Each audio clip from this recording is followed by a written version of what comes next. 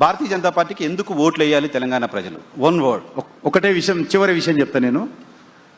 అవినీతి రహితమైనటువంటి ఈరోజు మరి డెవలప్మెంట్ ఓరియంటెడ్తో ఉన్నటువంటి ఖాళీ నినాదాలతో కాకుండా కన్స్ట్రక్టివ్గా డెవలప్మెంట్ నినాదంతో ఈరోజు ముందుకు వెళ్ళాలంటే ఈరోజు గ్రామాల్లో ప్రభుత్వ స్కూల్ రిపేరింగ్ చేయలేనటువంటి పరిస్థితి. సార్ నేను వన్ వర్డ్ అన్నాను సార్. ఒకటే చెప్తున్నా మరి, ఇది వన్ వర్డ్ కింద స్లోగన్ ఇవ్వండి.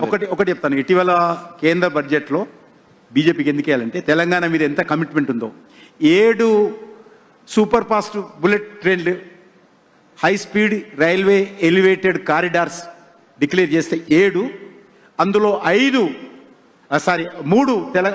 5 లక్షల రూపాయలు అయినటువంటి 3 ట్రైన్లు తెలంగాణకి ఇచ్చారు.